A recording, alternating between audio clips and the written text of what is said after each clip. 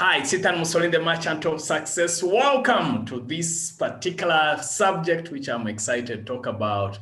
That is mastering self-motivation, the key to consistent performance. Well, I like that word consistent because there's one consistent personality in this game of motivation. We usually pin it to other people, but there's one consistent person in that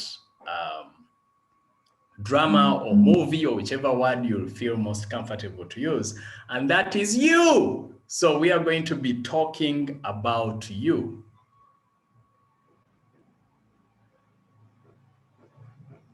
Now, when we talk about self-motivation, we are going to start with the clarity segment. See, when we talk about self-motivation, here is the deal. You have something you have to do, and you're not excited or passionate about it, but you know you need to get it done. So this feeling of obligation motivates you to work hard to complete the task. So there is that sense of obligation.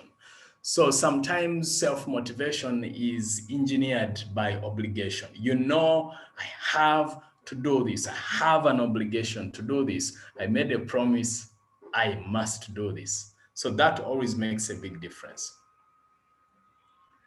There are also moments or times when you have something you have something you've got to do. Okay, I meant to say you've got to do. You're interested in your task. You might have even assigned this task for yourself rather than receiving it from someone else. And you're happy to put in the time and effort to complete it. So there are those moments whereby you're just excited. So previously, the previous point I was making is that those moments when you're not excited, but you feel you have an obligation. And then there are moments when you're excited about this thing that you have to do. And, you don't need a person to remind you. It's not something you have to think about as an obligation, but then you feel like you're happy to execute that. The reality is high quality motivation allows us to thrive, whilst deficit causes us to flounder. And so when we talk about self-motivation, it's the fuel that keeps us thriving. It's the fuel that opens up lots and lots of possibilities for us to engage at a much higher level. And shortage of that also can be costly, it can be painful.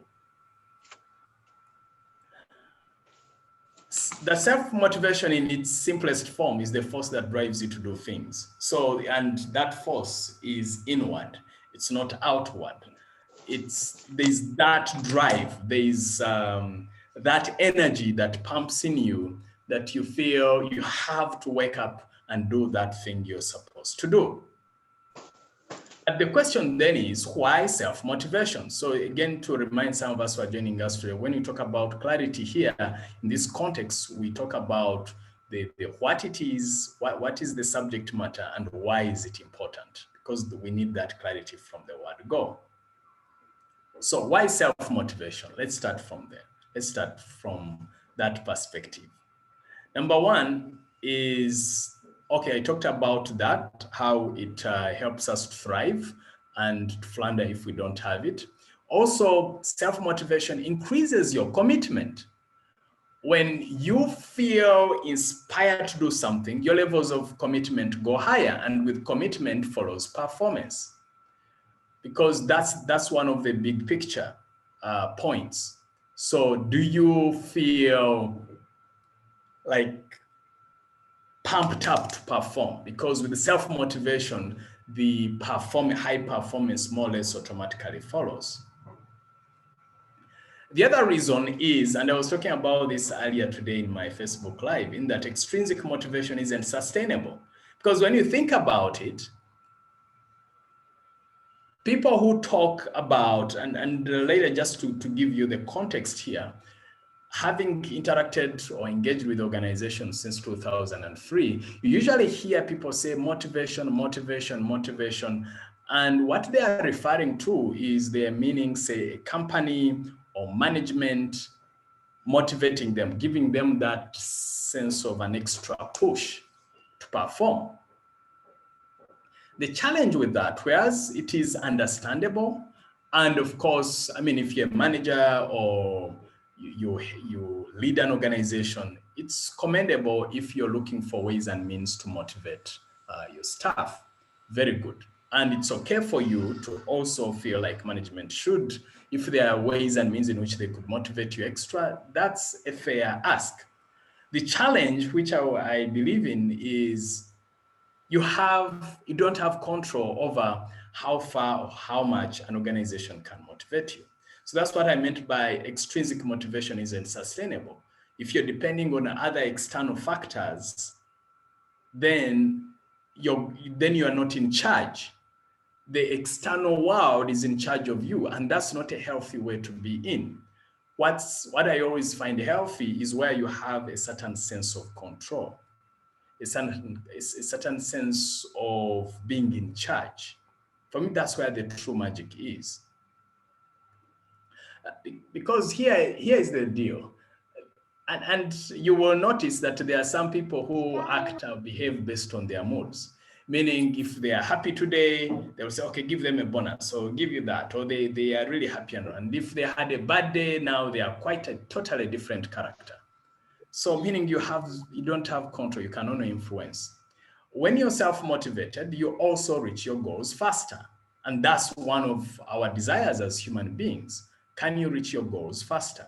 And I'm here to propose to you that yes, you can reach your goals faster with self-motivation. You not automatically, you become a super performer because performance requires energy. Performance requires drive. Performance requires a determined sense of heart and emotion. And that's where self-motivation comes to play. When you're self-motivated, it also builds your confidence. What I mean by that is if you feel that you have this drive to go forth and do something, because when we talk about confidence, we mean your sense of self that believes that you have the capacity to do something. Now, when you feel motivated, then it boosts your sense of belief that you can execute a job or a role. And with that confidence, of course, then performance goes higher. All right, so we are done with the clarity. Now, before we move into mindset, I just need to confirm that. Now, let's talk about the mindset. The mindsets that drive self-motivation. The first mindset is that intrinsic motivation is the best form of motivation because this emanates from your attitude and how you perceive the world around you. Because when it's from within, it's the finest, it's the purest, it's yours, no one can take it away. That's the magic. That's what I love about that. And it typically comes from your attitude, how you're looking at the world, how you're thinking about the role or the job. We have a wonderful house help. And, whenever you ask her to do something, her response is always positive. Like in Uganda, they call it teyeganya. I don't know what that is in English. Someone can type it in the chat box. So it must be the attitude. While at one time there's a house help we had at one time, all was going well. And then, later, just a few moments, you would sense that someone like is feeling a little jittery or something like that, or doesn't feel comfortable to execute. But I believe it comes from how you're perceiving someone's ask, the role that is before you, the job that is before you. What is your interpretation? That's where the intrinsic motivation comes from. Also, sheer willpower drives the best results. And this comes from the drive within you. The fire inside your belly drives the best results and makes you more productive. Because again, you're not waiting for someone else's fire, you're generating your own fire. So please write this one down. Become a motivation generator. Okay. not a recipient of motivation, but a generator of motivation. That's where the magic is. That's where the distinction is. Because these people who are waiting for someone else to give them motivation, they are motivation recipients. Those are words I'm creating right now. Those are motivation recipients. And I'm saying to thrive, to have that sustainable fire, then you need to become a motivation generator. So a generator means self-sustaining. It's there, self-contained. And that's how you become more productive. And it comes out partly out of sheer willpower. So, you know what? I choose this. I choose this. And that's the fire that pumps in your veins. Regardless of how much you make, let's talk about self-motivation and job satisfaction mindset. And that regardless of how much you make, if you don't feel motivated intrinsically, you will never have a sense of job satisfaction and fulfillment. It's as simple as that, because you see, self-motivation is infinite, but these other external factors, whether salary or certain benefits, those are finite. You can only be given so much salary, you can only be given so many days off, you can only be given so much in bonuses, you can only be given so much in benefits. That has a limit. But when you tap into something that is infinite, then fulfillment must follow. Therefore, you and I have to ask ourselves, how can I find that sense of self-motivation? I was coaching someone recently. Part of what I coach people in is career transition.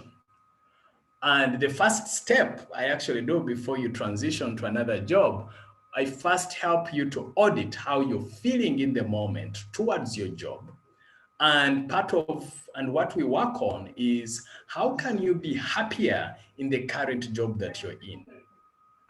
And by helping private clients to switch how they are looking at their job, and of course doing other processes that I'm certified in, like peace processing and all that, to heal the heart, to heal the negative emotions that the person has towards the job. Because usually you find that motivation dies out of negative emotions towards a certain role, or towards how someone is treating you, or the conditions around you. So part of my job is to first help you to heal that, such that you're at peace. And once you're at peace, then you become happier. Then once you're happier, then you feel even more fulfilled.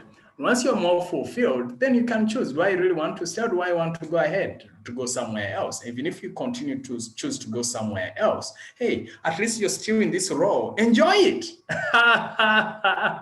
Because if you're not enjoying it, you spend 8 hours in a role that you're not enjoying, it's not healthy. So I'm saying part of what I do is to help people to first heal whatever emotional turmoil they're going through in their current role. Then once that happens, then they feel happier. And once you're happier, now you can think with clarity about other possibilities out there, or you may choose to stay. Okay. So that's extremely important. And therefore, as much as possible, you have to find a way to tap into that sense of self-motivation and appreciation of your current role before you can even think about something else. Other than that, then you won't feel happy. The long-term view. Okay, I've talked about how extrinsic motivation isn't sustainable. One of the quickest examples is, sometimes we see certain roles and you look at how much they are being paid, and some of us who are in a lower rank, you're thinking, wow, all that money, amazing. And then that same personality or that person is asking for a bigger pay. I want to mention certain personalities, or even public personalities. You're like, oh, that money, and now you want more. No, you're unfair. Da, da, da. Well, that's because now we're analyzing extrinsic motivation. There's no limit, and it's not sustainable indeed. You give a person a certain payment, And then a few months or 1 year later, they are saying, no, standard of living, much higher. What do we do now?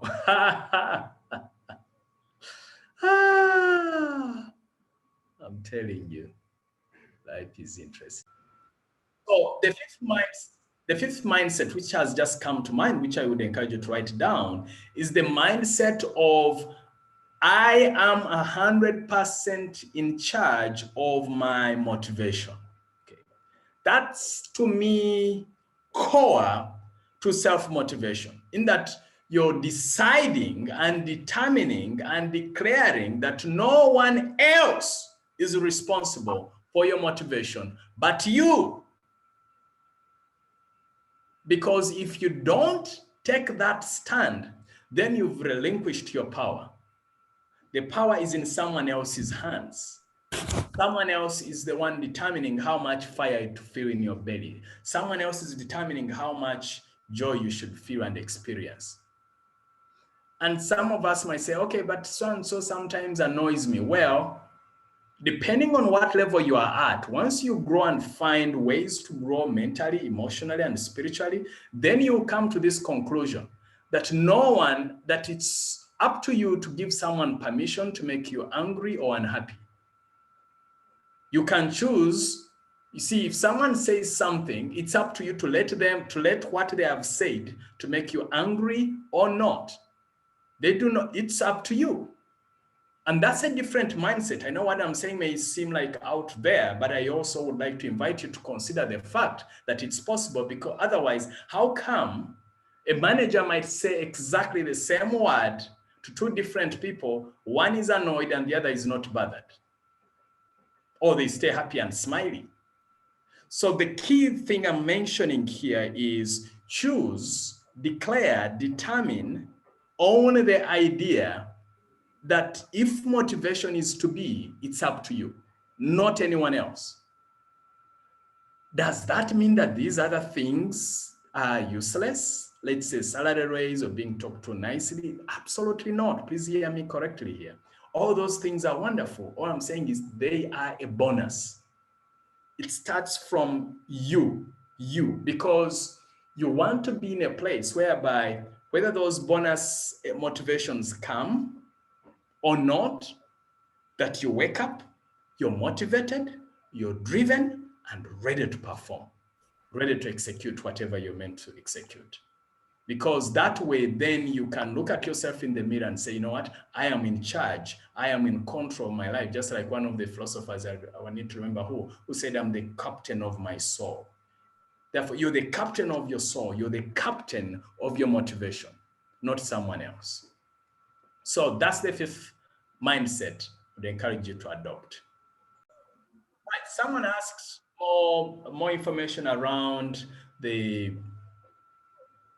in that extrinsic motivation isn't sustainable. So what I mean by that long-term view, and for you to remind yourself of that, is this particular premise that extrinsic means things outside you, or whether it's things like a bonus or salary or how someone is talking to you, the conditions at the workplace, or that's extrinsic, it's out there. Intrinsic, it's what's inside you, how you think of the world, what you tell yourself, how you interpret the situation, how you look at yourself, all that is intrinsic. So when I say extrinsic isn't sustainable, what I mean by that is you don't have control over that. Unlike the intrinsic, where you know it's your own emotions, meaning you can influence your interpretations. You can, in a moment's notice, switch someone's way of thinking about, or you can switch yourself, you can change yourself, how you're looking at the world. I'll give you an example. Recently, when I was coaching a client on about their workplace, I believe they are ranking it on a scale of 0 to 10, because that's the question, on a scale of 0 to 10, where 10 you feel super motivated and 0 you're nowhere. I believe they were at a level 3 or 4, and just by doing some healing work and then doing some psychological focus tricks and strategies, then they moved from that level 4 to level 7 in the first meeting. So, but you know what? That healing, that psychological switch is internal. It does not require a budgetary allocation, does not require a new laptop or something like that, because that one, not only is it not sustainable, it's also not in your control. And when I say sustainable, when you say salary raise, so which salary is excellent, which salary will satisfy you? I can guarantee whichever amount of money they pay you 1 year down the road, not even a year, 3 months, 3 to 6 months down the road, you'll be wishing for another pay rise. Because then once your salary increases, your lifestyle also somehow magically increases. So that's what I meant by it isn't sustainable. It isn't sustainable, it's also out of your control. Okay, please let me know if that makes sense. Angel says it's clear now, and you're welcome, and I'm glad that it's clear now. And thanks also for asking. I mean, I would rather you ask now rather than complain later when I can't help it. Say it now. Cool. So I appreciate that. All right, let's jump to strategies. All right, strategies for achieving self-motivation. You see, when I talk about self-motivation, you see me, for example, I'm choosing to smile, I'm choosing to laugh. You didn't ask me to smile, you didn't ask me to laugh. It's me who's choosing that. That's self-motivation. It's something I'm telling myself. I've told myself to enjoy myself. That's it. You didn't ask me to. But it's a mindset. It's saying, I tell myself, I'm going to enjoy this. I'm going to have fun. So I'm just demonstrating what I'm teaching you or sharing with you, because I also need to demonstrate what I'm teaching, so to speak. Because it could be something, because there are two choices. I could say, oh, no, I have another 1.5 hours to, no. Or I could say, yeah, we are here, let's go.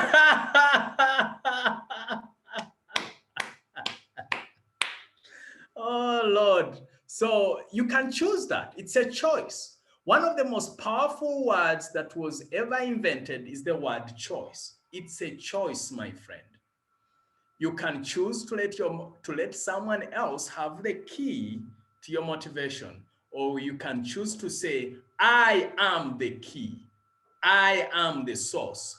I am the generator of that motivation. It's up to you. Let's look at the strategies. Strategy number 1, establish your purpose. Why are you here? Why are you in this role? What is the big picture? What does this mean for you? I know I've iterated this in different forms. I know I went deep on this under the program on purpose, but at every stage in your role or in whatever you're doing, always ask yourself, what's my purpose here? What am I aiming to get out of this? What is the big picture? The big picture is you're not just a manager. The big picture is you're meant to increase productivity. You're meant to increase motivation at the workplace. You're meant to realize the organization's dreams. You're there to make sure that the mission is realized. So you're pushing yourself. You're thinking. You keep asking yourself those questions over and over again. You keep engaging at a much, much higher level to make sure that all this is continued over and over again. You have to keep asking yourself that core question. What is the purpose? What is my role here?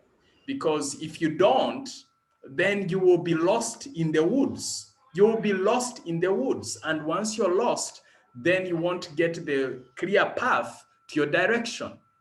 So you have to go deep. You have to dig deep in your heart and say, okay, for this role, what is really, really my purpose? And what does this mean? And in this case, the self-motivation I'm talking about, of course, I keep referring to the workplace because I know most of us are professionals. But this role, this idea applies to anywhere in other dimensions of your life. Whether you are at school or at home, it's you to determine your motivation, to say, okay, what does this mean for me? Or what am I supposed to engage right here? So you need big reasons. So one of the tricks is to generate as many reasons as possible, as some of you have heard me say before. Okay. So there's what we call gold in the dust strategy. Okay. So gold in the dust strategy means that you look for as many positives as possible in your life. You see that there is always something going right in every situation. And some of us could be in that space right now where things are extremely tight, to use a diplomatic word. You're like, Ethan, you have no idea. You're just motivating us. You have no clue. I wish you knew. I'm here to tell you that there's still a lot. You're breathing. You can understand English. You can listen to me. You can read the words. Your heart is still pumping. Many people do not have that. Millions don't have that. 1 million people die every day. Every single day across the world. If you're listening to me or watching, depending on whether you're just listening or watching, you have life. And I like saying that where there is life, there is hope. I picked that line from one of the movies a couple of years ago, and I was like, wow, what an idea. What a simple and yet powerful, profound idea, that where there is life, there is hope. People ask me, but Ethan, those of you who have interacted with me, when you call me and you ask me, how are you doing? I always say my standard answer is, I am outstanding. Some people come and say, but Ethan, don't you ever get problems? Don't you ever get challenges? Guess what? It's called being human. I have challenges. But guess what? I tell them that, look, so long as I'm alive and breathing, that's enough reason for me to say, I am outstanding. I know some of you might think that I'm crazy. And I know, yes, it's up to you, whatever you say. But you know what? We have to celebrate the gift of life. That's why these days I keep playing that song, Count Your Blessings, that was introduced to me by Goretti Nabanoga and Susan Abalo, or POC, the ED of FAWE. Goretti has been attending all these sessions. When they introduced me to that song, I was like, wow! They're part of the 2 masterminds I run. I was like, wow, what a simple idea. Count your blessings. This is it. That's what I'm talking about. If I was to summarize this particular point, it is count your blessings, my friend. And we need it in a period like this where you're left, right, center, you're hearing all these challenges all over the place. There's so much going on. You have an education. There are so many who cannot read and write. Your heartbeat, the breath. You know, there are people who can't breathe. You know that. As we speak this, you're breathing. You can breathe. You can breathe. I'm knocking the table, but you can breathe. So this idea alone, if you and I carried it every day and we started looking and asking ourselves, what is going well in my life? To say, hey, I have water. My daughter just made for me some ice cream. She does a couple of concoctions. She likes doing concoctions. And, those are gifts. I have headsets here. That's something to celebrate. I have a pen here which can write. There are many people who don't have pens. I have a phone to communicate. I can call anyone in the world.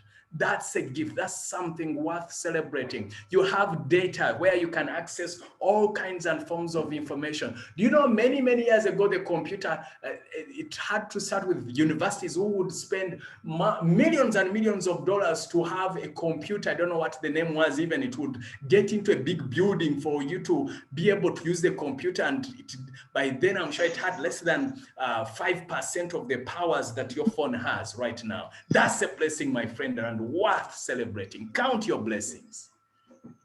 There's something always going right in every situation. And when you see me saying this, it's not because I've not gone 10 challenges. I have.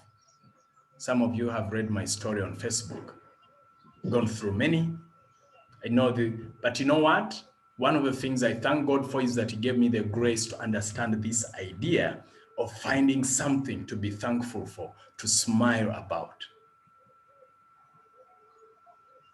Today, my 3.5-year-old daughter was going around. You know, she has a lot of energy. She's always running around. She's always singing funny songs. So, you know, I was here in my reading room and working, and I thanked God. I clapped my hands like this. Said, "Wow, God, thank you so much. You know, that girl is teaching us how to be happy. Thank you." I really mean that. I was smiling, alone, and clapping. That's what I mean by counting your blessings. That topic I can go on and on forever. Something I believe in very strongly because it has saved me in so many situations. The other strategy is a positive environment. Make more regular encounters with positive and motivated people. Interact more with peers or with a friend who likes sharing ideas. Watch and read positive content. You have to consciously create that. Because if you don't, someone else is creating negative content for you. In your life, you have negative people and positive people. I'm here to propose to you that part of the magic of motivating yourself is spend more time with motivating people and less time with demotivating people. Consciously do that. Consciously do that. It's your life. You need to manage it. You need to influence it positively. Because if you don't, someone else is going to influence it negatively for you. Watch and read positive content. Choose the content you want to watch. I remember one of the teachers said that choose the things you want to see. I remember one day I was seated in the car with someone saying, "Oh, can you imagine how bad that building looks?" We're driving in the car. And I remembered that quote from one of my teachers who said that choose what you want to see. I'm saying, okay, how about you look and focus on those that you like? Why dwell on buildings you don't like? Why not dwell on, it's not your money. It's not your money. Someone else's money. It used to, I would also sometimes, I remember there's a time in my life I would look at a huge building and then you're seeing cracks like, why did that person spend that money and not do a good work and all that? And I would dwell on that. Until when I started catching myself, say, hey, who are you to judge that? Why don't you look at something else? You see, for every building that looks bad, there are 10 that look good. So why not push your eyes to that which is good? For every negative story, there are 10 stories that are positive. But I will also tell you the reasons why. There is also an evolutionary explanation. And once you understand this, it will help you to process information better. The evolutionary explanation why, for example, negative news sell faster than positive news is simple. I got to understand through reading and literature that, you know, in the times when we were in the bushes, in the caves and all that, you had to be on the alert. You had to be on the lookout for potential danger. I mean, if you don't look out for potential danger, an wild animal might pounce on you, or some fellow might pounce on you with a spear or something. So our brains have learned through evolution and through time that we have to be alert for potential danger. Otherwise, we may not survive. So that's the evolutionary explanation of negative news selling faster than positive news. But I'm here to propose to you that it is also detrimental in that then it increases cortisol in your system, it increases stress, and when you're stressed out, you can think better, then you're grumpy, then you're not happy. Because when you're grumpy and not happy, then even people who have opportunities for you, when they look at you, they're like, that's not for me. Do you know, because part of what we do at Success Africa is recruitment. Do you know that typically there are people, they end and within seconds, someone is going to make a decision or is going to say, I believe we found a candidate. So just based on what you're consuming is going to influence not only your body language, but how you think, your demeanor and everything, and to influence the kinds of opportunities that you're going to have. So as much as possible, please, please create a motivating environment around you. Watch the content that you're consuming. So that's why, as much as possible, I stay away from news on purpose, because most news are negative. Okay. Then some people say, but Ethan, how will you know if there is something that, well, someone else will tell me about it. If it's very important, I will know about it. Trust me. If something is extremely important, someone will talk about it. Self-knowledge. See, you need to understand and learn more about your skills, abilities, and even points of improvement. You see, self-knowledge is important to unlock the how and why behind self-motivation and the goals for which motivation is important. You've heard me mention certain teachers and ideas. So I'm self-motivated partly because of self-knowledge. I've learned a lot over the years. So when you work on your abilities, on your skills, it boosts your motivation because it boosts your confidence. And when your confidence is high, because of the knowledge that you have, then your motivation is also higher automatically. So as much as possible, become a knowledge-seeking machine. Become a knowledge-seeking machine. One of the people I really challenged me and have inspired me the last 1 year or so is this lady you seeing in the room here, Goreti Nabano. I mean, this lady is a professor. She's a successful entrepreneur, but she doesn't miss a single session. But there are people who think, what else is there to learn? What else is there to learn? Are you kidding me? A professor is consuming information day in, day out, and for you feel you already know much. And she has succeeded in different aspects of her life. She's a deputy principal for a College of Agriculture and Environmental Studies. She has successful enterprises she runs and supervises PhD students. But you know what? That's one of the reasons she's successful. That heart to seek for knowledge. She's not seeking knowledge because she's successful. She's successful partly, again, I'm not saying this is the only reason, partly because of that hunger to seek for knowledge. Please seek knowledge. She always attends these sessions. She's in 2 of the masterminds that I run.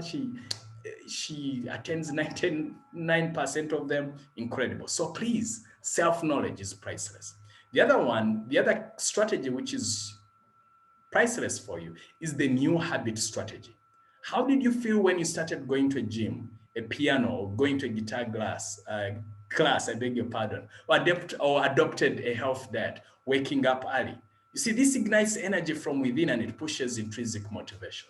What I mean by that is you start a new habit. When you start new habits, especially habits that are driven towards growth, to you being a better person besides knowledge, not just knowledge, but doing something. You see, knowledge is knowing something.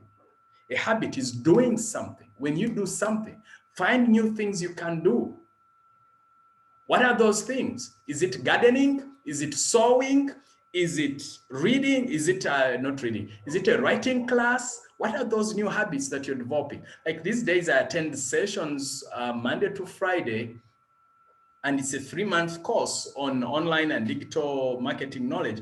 And it's at night, 8 to 9 p.m. every day. These days, it's actually 8 to 10. So it's a new habit now I have about learning about online stuff. And tell you what, it's motivating me, it's making me feel good. I'm learning new things. But leave the learning is the self-knowledge, but the discipline to say I'm going to stand here and figure out this thing makes a big, big difference.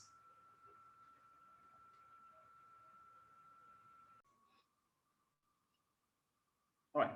Now let's go to the skill sets for self-motivation. Here is the self-motivation model that works.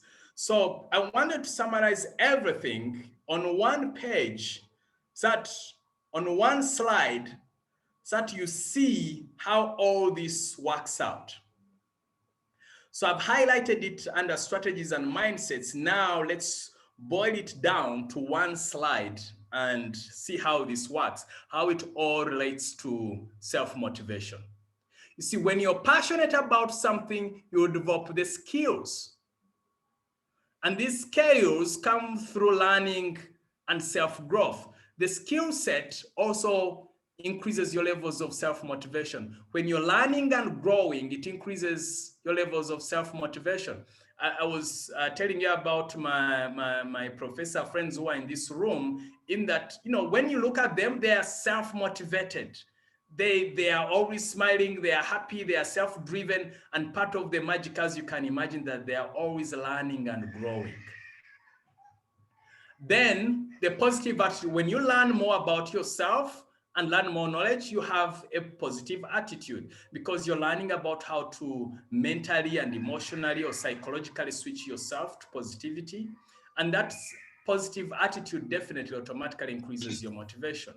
When you have a positive attitude, it increases your action levels. When you take more action, the motivation increases. So this is the dance. This is the dynamic. So this is the web. We can call it the web of self-motivation.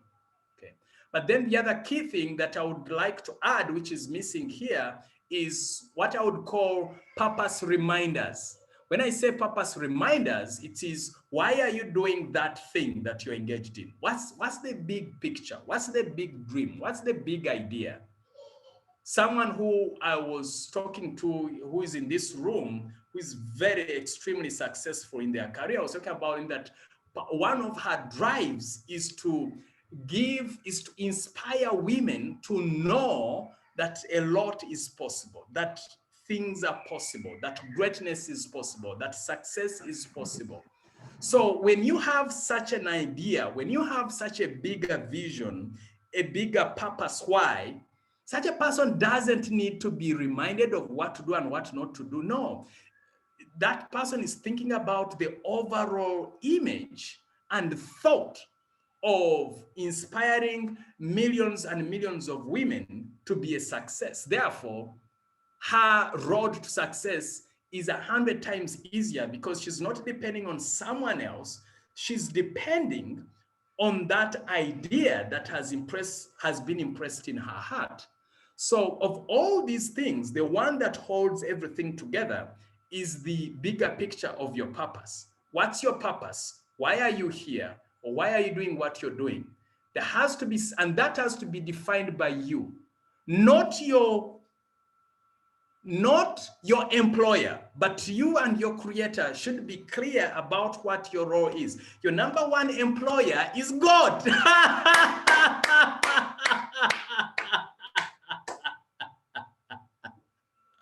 Oh, I like that. God is the ultimate employer because he's your creator. And if he's your creator, therefore he knows. So you and your creator need to have a serious conversation. You know, the way you go to your supervisor and say, okay, what are my goals for this year? Now go to your God and have the same meeting. Say, God, I want us to have a chat. Now, what is my ultimate role here? What is my big picture here? And this doesn't have to be just the overall purpose. It could be moment by moment.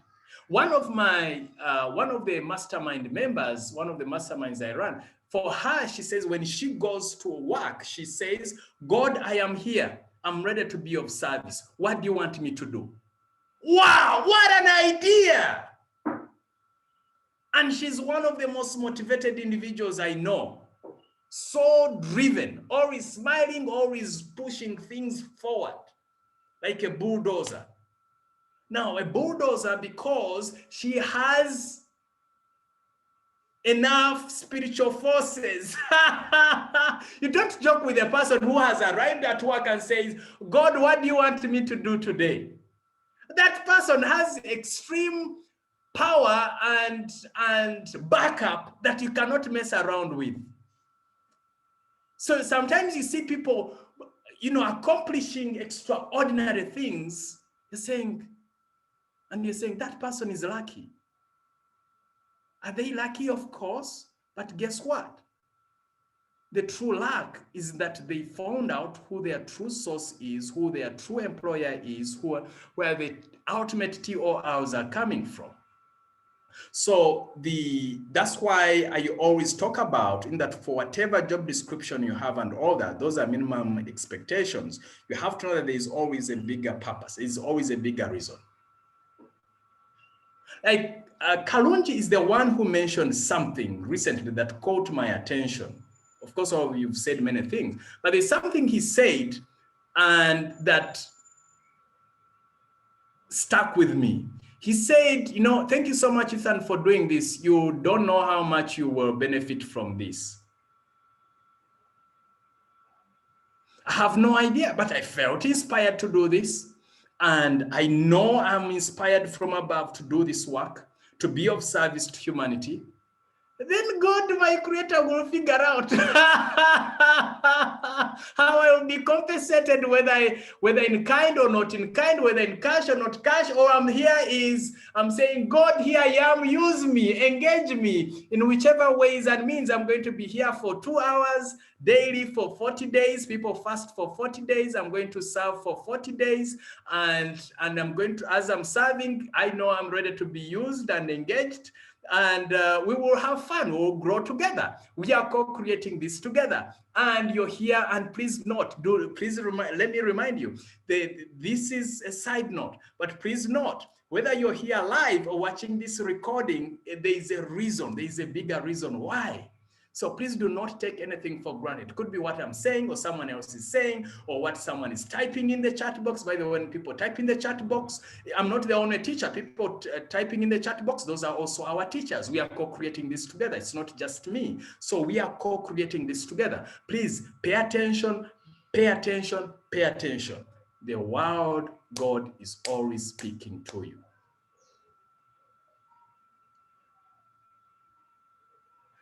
Something. Now, you may notice my style of teaching and engagement is not just tip, knowledge. Part of what I focus on mainly is to shift how you're thinking. If I can shift how you're thinking and you think differently, then the knowledge is all over the place. You can always find it. But the key thing is to think right. So part of what I'm doing is to break certain mindsets and instill new mindsets as much as possible. If I can help you to think the right way, then the rest will be easy.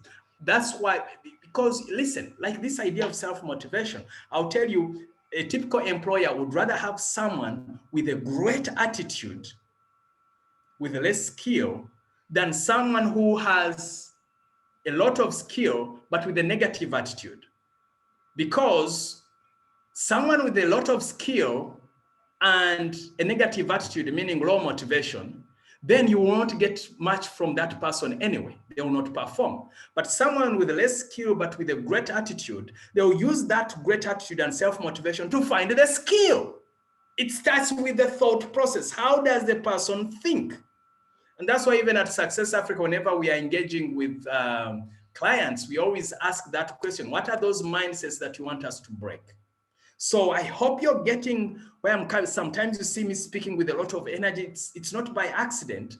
It is for you to get to the thought process. Once you get to the thought process, the rest becomes much, much easier. All right.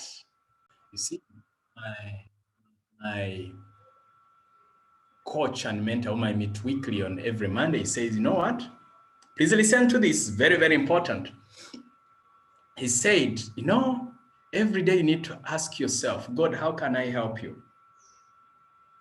God, how can I be of service to you? He said the challenge is most people think the other way around. God, how can you help me? God, how can you serve me? So he said you do it the other way around, to ask yourself that question. Now, sometimes I forget to ask that question, to be honest, but I'm practicing. I'm getting there. God, how can I be of service today? How can I be of service to you? How can I help you? And the help is really here on planet Earth. So I believe if each of us here attending live and you watching this recording, we ask God, how can I be of service? Or how can I be of help? How can I be of help to you, God? How can I be of service to you, God? And we listen to the answer. And each one of us did that thing. whatever it is, this world will be a better place. At the workplace, if every day you ask yourself that question, God, what do you want me today? How do you want me to be of service to you at the workplace today? You'll be amazed. You'll enjoy your work. You'll be super productive. You'll be super motivated. So I'm glad you picked that up, but then you've reminded me what my coach has been emphasizing the last few months.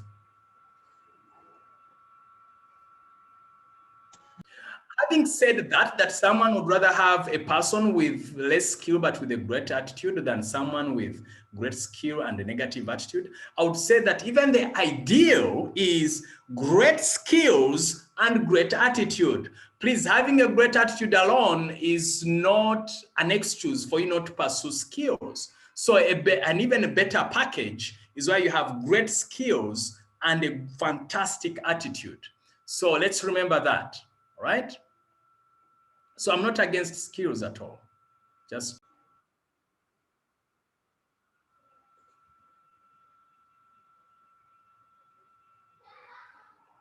now, this is what I'm encouraging you to do. I want you to identify an activity where you've been dragging your feet.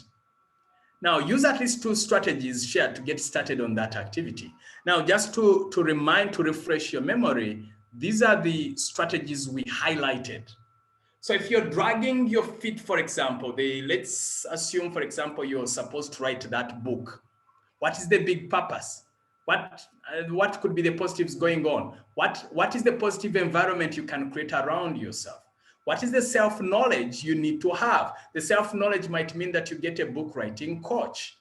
The new habit strategy might mean, for example, that you decide that every morning between 7 to 8 o'clock or between 6:30 to 7:30 a.m., I'm going to be writing, or I'm going to write 1 page a day, something like that. That's a habit. So this is what I mean by you looking through these habits and saying, okay, how can I apply these to push myself, to move myself, to be more self-motivated? So it could be, for example, at work, you feel like work doesn't have much meaning. So you could ask yourself, what is the purpose why I'm doing this work? What could be the positives going on at the workplace? What sort of positive environment? A positive environment, for example, could mean running away from people who are always into gossiping and saying all sorts of negative things and hang around people who are very positive. Self-knowledge might mean you say, okay, how can I overcome the fear, or how do I handle a difficult boss? By the way, we've done that program before. And the habit could mean that every day you find something that you can do to push the organizational mission and values forward, okay? So that's what I mean by you looking through these strategies and implementing.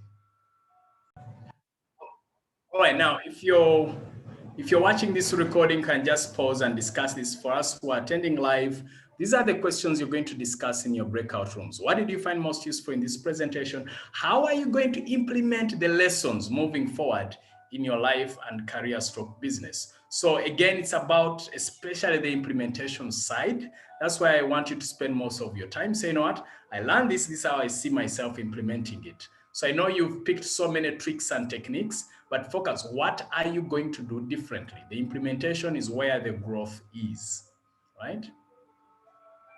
Dennis is saying that sometimes we struggle to strike a balance between motivating ourselves and also the team we lead, because maybe the phase we could be going through during that time. Dennis, I totally hear you. I mean, we all have those moments where we are low, and especially leaders. Leaders, if you're here, let me tell you something. When you're leading a team, they are looking up to you for that motivation, for that push. But let me ask you a question. Who is motivating you? Who is pushing you? Who is challenging you? That's why you need like a mentor and coach in your life. Please, as much as possible, I cannot emphasize that enough. And again, I'm not asking you to do what I'm not doing. Myself, I have coaches, not a coach, coaches. So I hear you, because there are those times when you are going through your own stuff and your own things, and you can't share them with the team that you're leading. So whom can you confide in and talk about these things and process them? Now, that's where people like Ethan come in. And, if you feel motivated and inspired to do that, we can have a conversation. And all the masterminds I have, it's by application. I have to first interview you and see if you're a good fit, if you feel inspired. And it could be that there's another coach or mentor you've been considering. Please go quickly and talk to them. Denise, I hear you, I feel you. As leaders, as a leader, you're supporting others, and so you need support. So the thing is, how are you supposed to pull it off? There are a couple of things. Number one is make sure that you also have a support system in your life. That's why I was talking about having like a coach or a mentor in your life. Okay.